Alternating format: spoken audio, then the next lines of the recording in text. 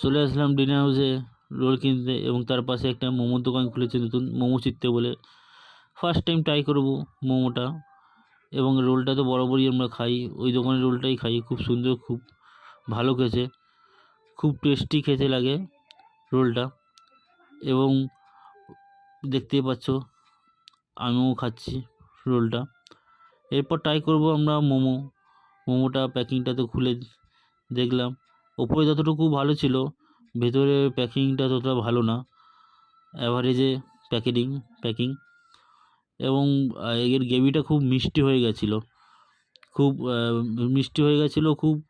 আর খেতেও তেমন টেস্টি ছিল না অতটা। মেয়ে তো কম ঝাল খায়, তাই মেয়ের তো একটুতেই ঝাল বেশি লাগছে। এবং মোমোটা যতটুকু এক্সপেকটেশন করেছিলাম ভালো, সেই হিসাবে মোমোটা অত ভালো না, ওবা মোমো মতন।